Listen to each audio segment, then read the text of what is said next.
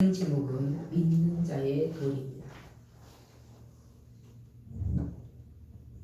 하나님은 선민 이스라엘 공동체를 향하여 영적 순결과 함께 육체적 순결을 동시에 원하셨습니다. 죄를 지은 자는 반드시 그 책임을 져야 하되 그 중에는 영영 용서받지 못하고 죽음으로만 갚을 수 있는 그런 법도 있습니다.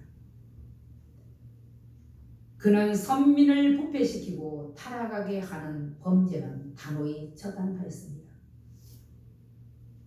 하나님의 창조 질서를 무너뜨리고 남의 것을 도둑질함에도 힘이 있으면 말 못하는 그 시대에 특별히 이스라엘에게 법을 주셨다는 것은 참으로 모범적인 사례일 것입니다. 그런데 오늘날에도 많은 사람들은 하나님과의 사이만 돈독하게 하려고 하고 있습니다. 그렇다면 세상 사람들과 믿는 사람들은 조금도 다를 바가 없다는 것을 교훈하고 있습니다. 그러므로 믿는 자일수록 법을 지켜 모범이 되어야 한다는 것입니다. 약 3,500년 전 당시에 이스라엘 공동체에게 내린 이런 세부적인 법들이 사회의 정의를 실현하는 모범으로 주신 것입니다. 20장과 21장에 걸쳐서는 사람이 행해야 할 법도가 나오는데 먼저 믿는 자에게 법도를 가르칩니다. 이어 22장에는 도둑질과 가축으로 인한 손해와 화재로 인한 손해, 가축의 차용, 금전의 차용 등에 관한 규례가 나옵니다. 그 당시나 지금이나 세상에는 믿는 자와 믿지 않는 자가 함께 공존하며 살아가고 있습니다.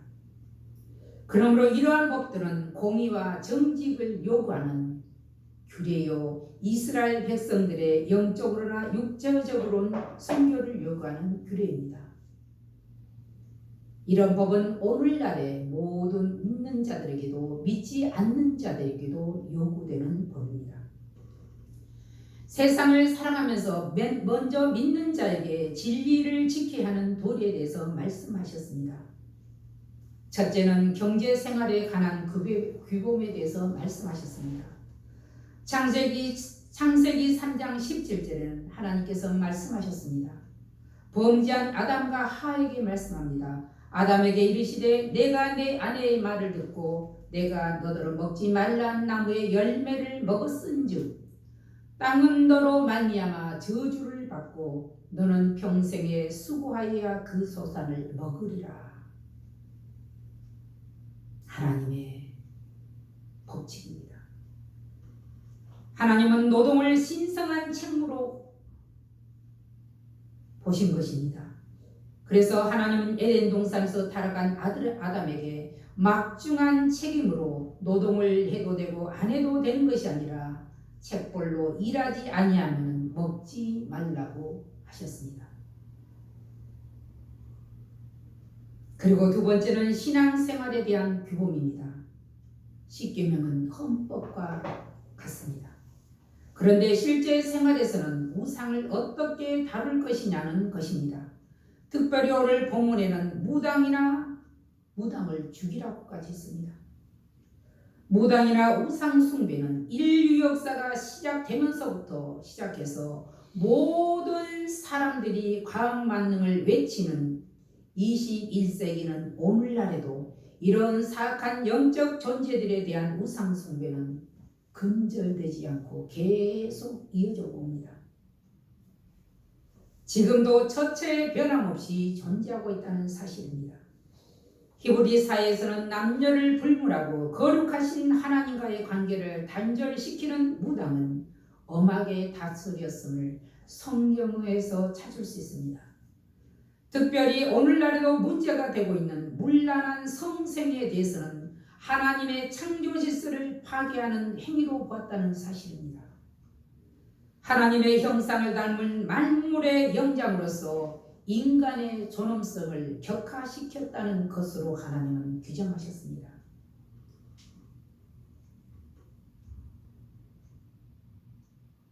지금도 이런 성적 문란한 행위는 사회의 큰 문제로 대두되고 있음을 오늘 매스컴이 수없이 보도하고 현실이 그렇습니다. 세 번째는 약자에 대한 배려의 규범입니다. 이웃의 도움이 있어야 살아갈 수 있는 연약한 사람들은 살아갈 수 있는 보호의 법입니다. 이 법이 있는 이유는 연약한 사람만을 위하여서 만들어진 법이 아닙니다. 우리가 얼른 생각할 때는 연약한 사람들만 위해서 있는 법이라고 생각할 수 있습니다. 그런데 하나님은 그렇게 하지 않으셨다는 사실입니다. 강자를 위한 법이기도 합니다. 정당하게 소유하지 않는 것은 도적질입니다. 그런데 상류층에 있는 사람이 약자를 멸시하는 경우가 있습니다. 남에게 손해를 끼쳤거나 도둑질했다면 반드시 응분의 대가를 치러야 합니다. 그렇지 않은 개인이 보복을 하려 하기 때문입니다. 우리는 다 세상에 빈손으로 왔습니다. 이것을 우리는 깨달아야 합니다. 그럼에도 불구하고 물질을 주신 것은 하나님이 기뻐하신 일에 봉사라는 것입니다. 그런데 많은 사람들은 착각하기를 자신들의 능력이 대단해서 물질을 그렇게 가진 줄로 착각합니다. 우리는 다 하나님의 청지기라는 사실을 잊어서는 안 됩니다. 청지기는 세상에 있는 동안 물질의 관리자입니다. 청지기는 주인의 뜻에 따라 열심히 벌기도 하지만 함부로 물질을 사용해서도 안 된다는 것입니다. 하나님께서는 달란트 비유를 통해서 교훈하셨듯이 어디까지나 주인의 재산이 증식이 되었으므로 주인의 뜻에 의해서 사용해야 한다는 것입니다. 그렇지 않으면 부자와 나사로와 같이 판단하신다고 하는 것을 우리에게 교훈하고 있습니다. 부자가 하나님 앞에 섰을 때 특별히 부자가 하나님 앞에 잘못한 것이 있나 우리는 살펴봐야 됩니다. 그런데 성경을 보면 부자가 특별히 잘못했다는 것이 없습니다. 반면에 나사로가 신앙생활을 잘했다는 기록도 한마디도 없습니다. 그런데 나사로는 죽어서 아브라함의 품에 안겼다고 하였고 부자는 입술에 물 한 방울을 찍어서 시원하게 해달라는 지옥불에 처해 있습니다. 부자가 하나님 뜻에 의해 아낌없이 물질을 사용하고 살았더라면 아마도 하나님 나라의 1등석에 자리를 차지할 수 있는 확률이 있지 않았을까 생각을 해봅니다. 예수님께 칭찬을 받았던 삭개오를 통해서 볼 때 그렇습니다. 나그네에 대한 규례는 이렇습니다. 출애굽기 22장 21절 한번 같이 읽어봅니다. 21절 너는 이방 나그네를 압제하지 말며 그들을 학대하지 말라. 너희도 애굽 땅에서 나그네였음이라. 아멘. 이들은 모두 소외 계층들이라고 하겠습니다. 외국인으로 법적인 보장도 불확실한 사회에서 살고 있지만 그들에게까지도 보호받을 수 있도록 하나님께서는 이스라엘 공동체에게 명령하셨습니다. 이런 사실 하나만 보아도 참으로 이스라엘에게 주신 법은 하나님 앞에서 만민이 평등하다는 것을 교훈해주고 있습니다. 만민이 평등하다는 히브리 사상은 바로 인간 존엄성에 대한 고차원적인 법이라고 하겠습니다. 이 율법은 이스라엘 민족뿐만 아니라 수탈의 대상이었던 참으로 그 당시의 시대적 상황에 비추어 본다면 이방인의 보호 규정은 어느 나라에도 볼 수 없는 그러한 법이었습니다. 지금이야 이런 법이 많은 나라에 지켜지고 있지만 규정으로 정하고 있지만 그래도 억울함을 당하고 있는 것은 사실입니다. 참으로 기독교의 이웃사랑의 한계를 하나님께서는 명확하게 제시해 주셨습니다. 그런데 그럼에도 불구하고 지금도 변함없이 하나님의 법을 무시하는 사람들이 많다는 사실입니다. 이런 자들에게는 하나님의 친히 징계하신다고 하셨습니다. 지금 우리나라에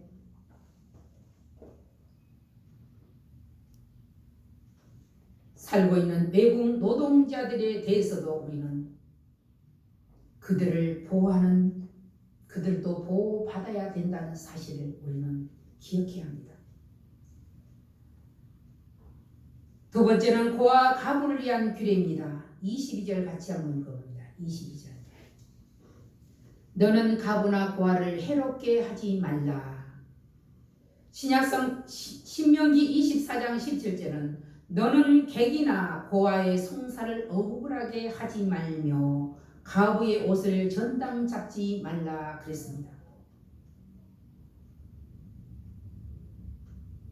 그리고 신명기 14장 29절에는 셋째 해는 11조를 드리는 해에 내 모든 소산의 11조 내기를 마친 후에 그것을 레인과 객과 고아 가부에게 주어 내 성읍 안에서 배부르게 하라 그랬습니다. 3년째 주어진 11조는 어려운 이웃을 위해서 사용하라고 하나님께서는 성경에 명시해 주셨습니다. 그리고 매년 추수 때에는 곡식과 과일을 남겨두어 고아와 가부로 먹게 하였으며 매 3년째 11조도 고아와 가부로 먹게 하였습니다. 이렇게 성경에서는 가부와 고아를 힘없고 억압받고 소외당하는 계층의 대표로 보았습니다. 그리고 이 규례를 통해서 개인적 차원에서나 가부나 고아 등 소외계층에 있는 자들을 해롭게 하지 말라는 그렇게 명령하신 것입니다. 그래서 사회나 국가적 차원에서 이들을 보호하기 위해서 제도적 장치를 마련했습니다. 오늘날에 의하면 구제활동이 단순한 개인적 자선사업 활동을 넘어서 사회적인 측면에서 총체적으로 다루어야 함을 말해주고 있습니다. 가난하고 소외된 사람들에게 우선적으로 특별한 관심을 가지라는 것입니다. 그래서 요즘 보면은 소외된 자들에게 재난기금을 먼저 주고 있는 것도 그러한 상황에서 나온 것입니다. 가난하고 소외된 사람들에게 우선적으로 관심을 가지는 것이 하나님의 뜻임을 오늘 성경을 통해서 알게 됩니다. 바로 세부적인 복지제도입니다. 그렇지 않을 경우 소외된 자들의 간절한 부르짖음을 하나님께서는 신속하게 응답하시고 지도층에 있는 자들에게 부자들에게 응징하신다는 것입니다. 24절 한번 같이 읽어봅니다. 24절. 나의 노가 맹렬함으로 내가 칼로 너희를 죽이리니 너희의 아내는 과부가 되고 너희 자녀는 고아가 되리라.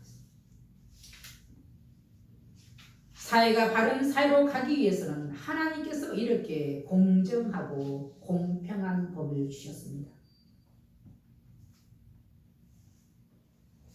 그래서 첫 번째는 이웃의 재물을 도적질하여 재산권 침해를 간 법을 주셨습니다.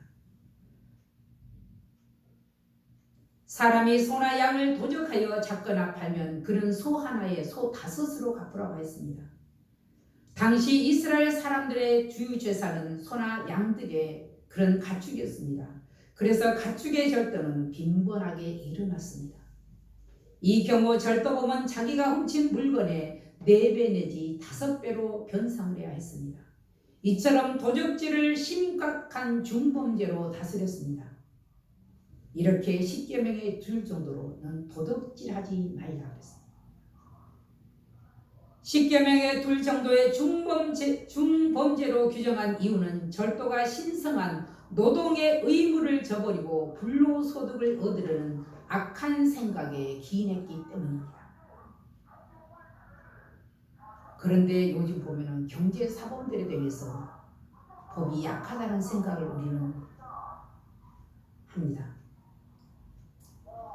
소에 대한 배상률이 양보다 높은 것은 그만큼 어렵고 대담성이 요구되며 주인에게는 소가 제공하는 이 노역의 몫이 크기 때문에 소의 노역법까지 죄를 물은 것입니다.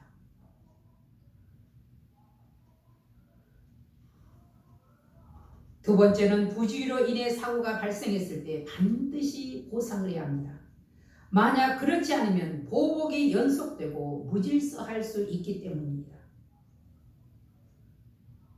법이 없다면 약한 자는 날마다 억울함을 당할 것입니다. 그런데 하나님께서는 보상하되 중고품이 아닌 새 것으로 하되 좋은 것으로 해야 된다 그랬습니다. 근데 물건을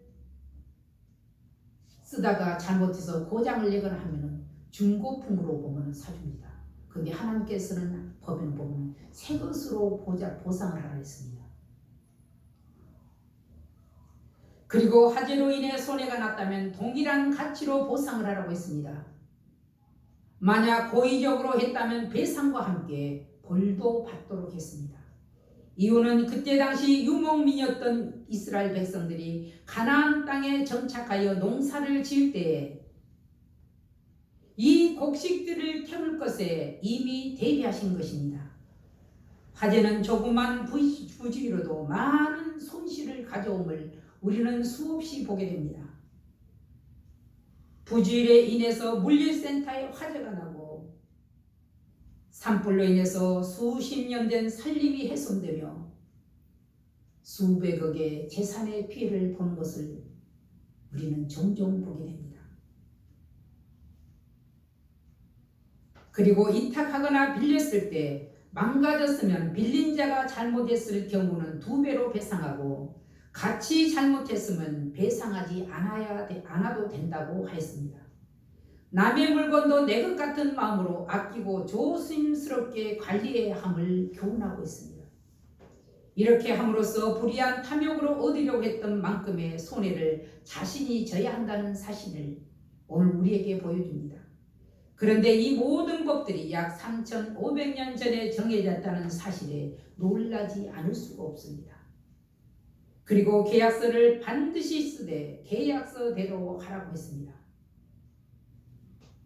하나님과 인간 사이에도 언약이 체결된 것처럼 인간과 인간 사이에도 계약이 필요합니다.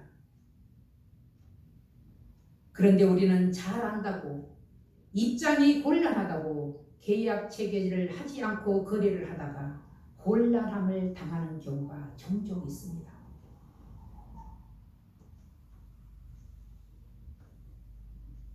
세 번째는 우상 숭배에 대한 율법을 엄격하게 정해졌습니다. 출애굽기 20장 3절에는 너는 나 외에는 다른 신들을 내게 두지 말라 그랬습니다. 그런데 십계명이 헌법과 같은 이런 십계명에 분명히 하나님은 첫째 계명으로 두셨는데도 실제 생활에서는 어떻게 다룰 것이냐 갈등할 때가 있습니다. 적극적으로 부인하는 사람들이 많기 때문에 문제라는 것입니다. 이 계명은 하나님께 대한 계명입니다. 18절에서는 무당을 살려주지 말라고 하였지만 무당은 우리 역사와 함께 했습니다. 사탄의 세력과 이 앞에서 하나님의 형상을 닮은 사람들의 영을 미혹하고 있습니다. 무당이 작두를 타고 병을 고치는 것도 사실입니다. 그러나 한시적으로 마약과 같이 또 역사합니다. 하나님은 내 주인으로 온전히 고치시는 창조주 하나님이십니다. 병을 낫게 하시지만 근본적으로 그의 영과 육을 치료하신다는 사실입니다. 그러므로 사단은 하나님을 대적하는 반역자입니다. 마지막에는 영원한 불못에 떨어진다는 것입니다. 우리가 믿는 하나님은 우주의 근본이요 주체자이시며 살아계시고 역사하시는 하나님이십니다.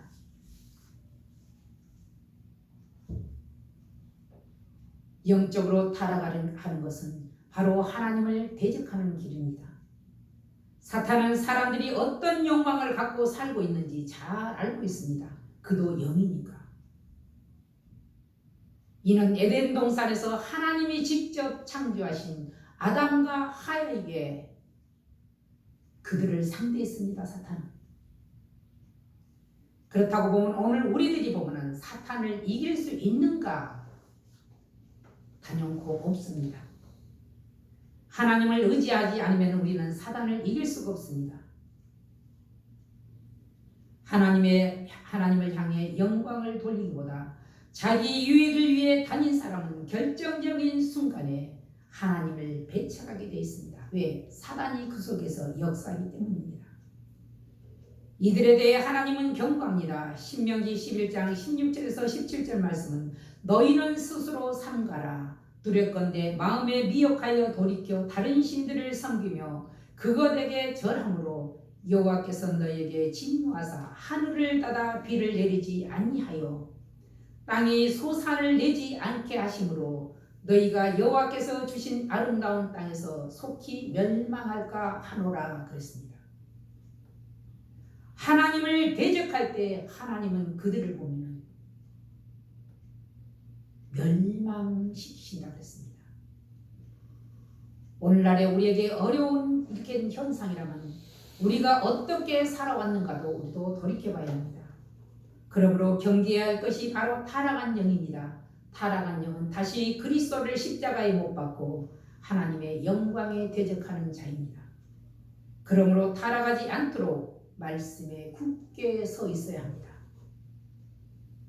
하나님께서는 재물에 관한 율법도 주셨습니다. 재물을 가지고 어떻게 하나님을 섬겨야 되나 고민할 때가 있습니다.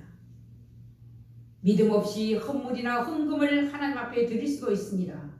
그러나 하나님께 드린 애물에는 반드시 믿음이 담겨 있어야 됩니다. 그 사람은 하나님 앞에 드린다고 하지만 하나님은 받지 아니하시는 재물이기 때문에 그렇습니다. 믿음의 증표로 추수의 첫 소산을 애물로 드렸던 것들을 성경을 통해서 우리는 계속 보게 됩니다. 둘째는 약자에 대한 구범입니다. 하나님은 바로 사랑이십니다. 사랑이신 하나님의 백성으로 실제 상황에서 몸소 체험하고 살고 있느냐 하는 것인데 너희가 하나님 앞에 드리는 헌금으로만 부족하다는 것입니다. 그리고 사랑한다는 것도 부족하다는 것입니다. 여기에 한 단가 더 나가서 예수 믿는 사람은 헌금도 하고 그의 영혼까지도 사랑하고 전도할 수 있어야 한다는 것입니다.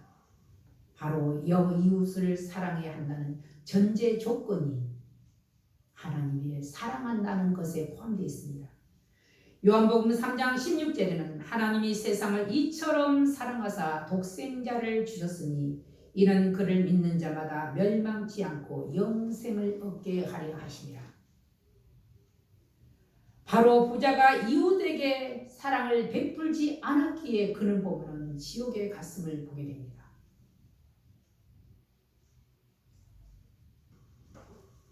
이웃 사랑의 첫째 가지로서 우리는 누군가 도움을 구하면 관심을 가지라는 것입니다. 이것 때문에 가끔 보면은 어려움을 호소할 때 없는 돈을 빌려주다가 고통을 당한 것이 종종 있습니다. 이 말씀에서 보면 고민을 하게 됩니다. 인생은 낙인의 길인데 이 가운데 도움을 구하는 자들이 있습니다. 이웃 사랑의 관심은 하나님이 우리를 사랑하신 것 같이 이웃 사랑의 수고를 요구하십니다. 이 같은 이웃 사랑의 아름다운 수고를 하나님은 온전히 섬기고 봉사하는 일과 같은 선상에 두셨다는 사실입니다.